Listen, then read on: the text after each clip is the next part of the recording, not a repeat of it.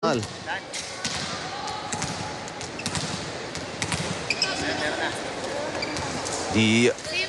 first referee spoke to Don Dizon and wanted to relay a message to Coach Dalistan, but Coach Boy Dalistan saying wag na. And letting it go. Oo, tuloy na lang yung laro. 14-9 combination right there. Combination that worked for the Lady Warriors. Yan yung gusto, with the no? push, yan yung sinasabi ni Coach Boy. Yun yung nakikita niyang pwede nilang gawin to score from the very tall LaSalle squad. And, you know, that's one of the most effective ways siguro na nakikita ni Coach Boy Dalistan because of the fact that LaSalle is a very good blocking team. You need to be very deceptive with your offense to be able to score against this team. Reyes. That's going to be a net violation called against the Lady Warriors.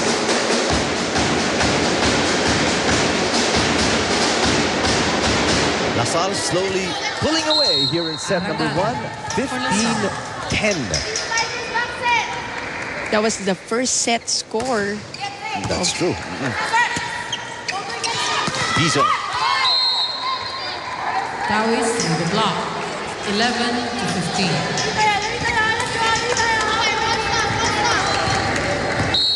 So UE getting the kill, and they are within 4 now. 11 serving 15. Steep serve from Dizon. Esperanza. Ulan from the back row. We go to Chacruz. Chance for UE to run a play. Nebrida. That kind of really such an advantage as a flicker.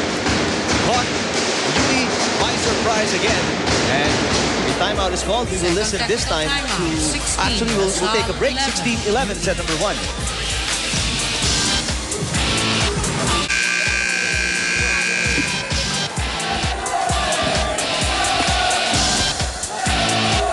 Lady Warriors sticking around here, making it a close one against the Lady Spikers.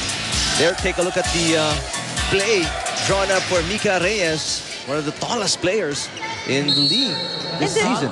As young as she is, she really has that innate volleyball player in her that she is able to adjust to mga not so good sets. That's true. Nakaka-contour ng body, will reach out. Well, it doesn't help that she's really has long arms and long legs. Beautiful set. But Nebrida was blocked. Turn back. And when she was taking off, she got bothered already by those two tall blockers of LaSalle. Ito nandun na sila, nakabantay na. And that's the disadvantage if you're an opposing team against LaSalle pag nabasa ng tall players at the net yung play ninyo. That's why si Coach Boy sana, kung siya lang, gusto niya combination plays rather than give it to the open hitter. Wherein, mabagal, mataas yung bola, madaling basahin ng blockers ng LaSalle. That time around, quick, ayun. iniba ni Masangkay yung play, tipped it on the second touch. That's right. You want to go for those quick hits, quick attacks, combination plays. Pero binawian sila. Yes, Same dump ball. You can do it, so can I. 18-12.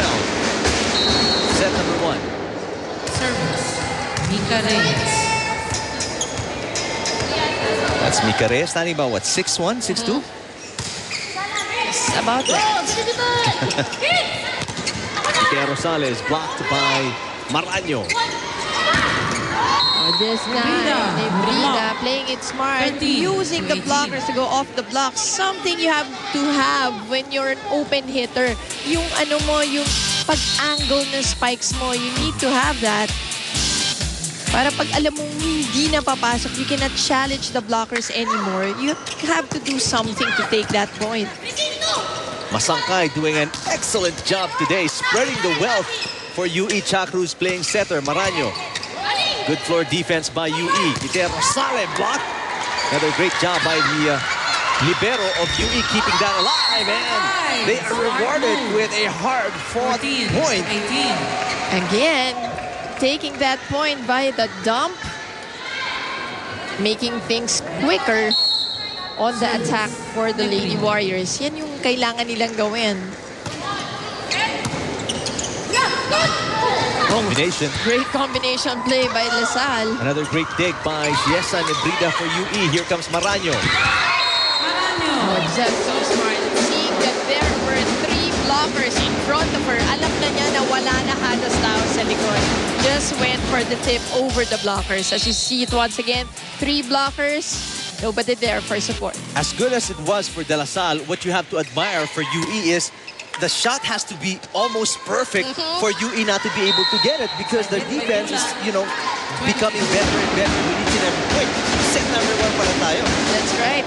Maganda talaga yung positioning and yung power behind that tip ni Maraño. That's why it just went really just over the block. Lang. A little stronger, kayang-kaya ng kunin ni Maureen Martinez, yung Right. libero ng UE. So dapat almost perfect yung shot for LaSalle to score. And we don't say that very often about a team as good as LaSalle. That's right. And yan naman yung gusto ni Coach Ramil, that they perfect the That's true. game. He is just a perfectionist. He is a perfectionist. As a coach. Galang Outside shot. under the ball that time. That's right. Not enough spin. To 20. Don't look now, Mosey. UE within 4 in set number 1.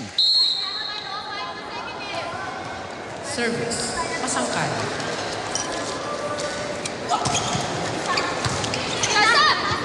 Tough setup job for Esperanza. Galang, that's basically a free ball for UE. Here comes Bulan, block.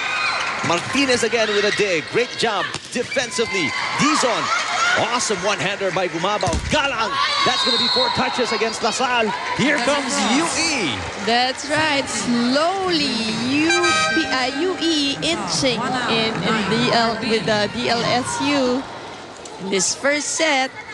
Now, Garbin in for Esperanza. Looking for a different flavor. Yun, ngayon, si Coach Ramil Coach naman ang Ramil, naghahanap ng panibago because UE has succeeded in doing that to them. Beautiful setup job by Masangkay right there. This is a free ball for UE. Bulan, one-hander.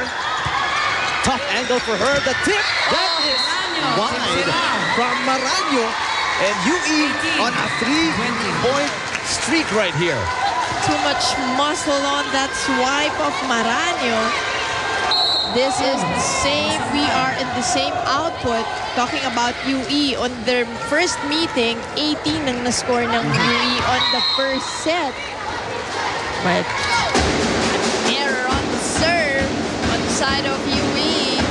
And Masangkay apologizes to the bench, but she's done a terrific job yes. distributing the ball from opens to middle to quicks. She's really made some good decisions. And that's what you want to see if you were Coach Boy Dalistan.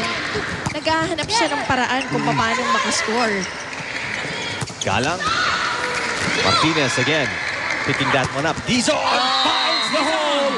Again, great decision on Masangkay, giving it to Dizon. And kitang-kita natin ngayon, Mosey, hiwalay na hiwalay yung blockers ng LaSalle because they have to spread themselves around because Masangkay throws it left and right. No? Yes. She's going for shoots, yung malalayong sets. Great floor defense by UE as well. That just falls a little out of bounds. So point for LaSalle.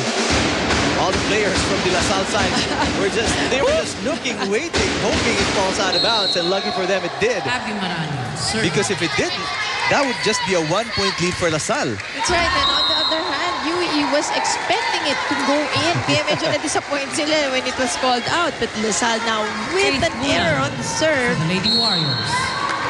gets UE to the 20th point. Sarina Faith Bulan, leading scorer in the last game for UE. Reyes, the tip.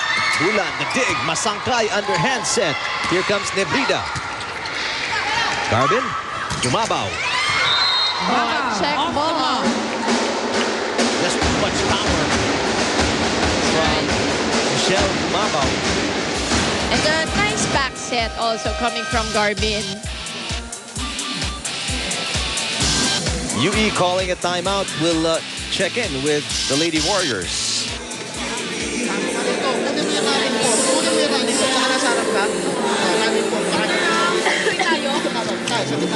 Paglayo ko muna.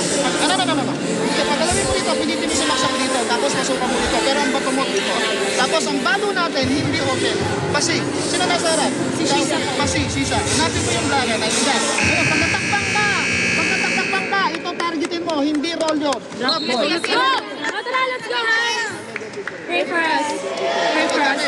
You heard the play drawn up by Boy Dalistan. He's very wary of the blockers. Kaya iba yung instructions niya sa pagpatama ng bola and how to handle the attack for UE. It's actually, again, si Coach Boy Dalisan in the process of learning sila. Both, coaching the players. Pero ang maganda rito, it's parang hands-on. Habang na-experience mo, natuturuan That's pa true, sila yeah. ni Coach Boy on hand. On the parang real time. And Mosey, service error again on the part of LaSalle. This is something they've got to look at going into this set number 2 because they gave away so many points, free points, via these service errors. Garbin goes to shot. Cruz! The shot has been very effective from that corner. And again, when it comes to crunch time, you will always most definitely see Cha Cruz on the tail end of the rampage and the close out for De La Salle. Set point for the Lady Spikers as Caballero checks in for the Lady Warriors of UE. Serving De La Salle. Sankay. So goes to Caballero. Excellent play again. Drawn up by UE. Saving one set point. Magandang pagkakahugot kay Caballero as she scores a point. Set now. Serving. And they only need to save a couple more to extend this set number 1. And Substitution. another substitution made here by Boy Dalistan as Pedrosa will check in for Lucette Dawis. Now, what's imperative here is for UE to be able to hold up their defense because LaSalle will be on the attack upon reception here, but Pedrosa throws that serve away and gives the first set to the Lady Spikers. wasted opportunity for University of the East for a chance to fight it out in set number 1 with a service error, and LaSalle calmly takes away the first set, 25-22.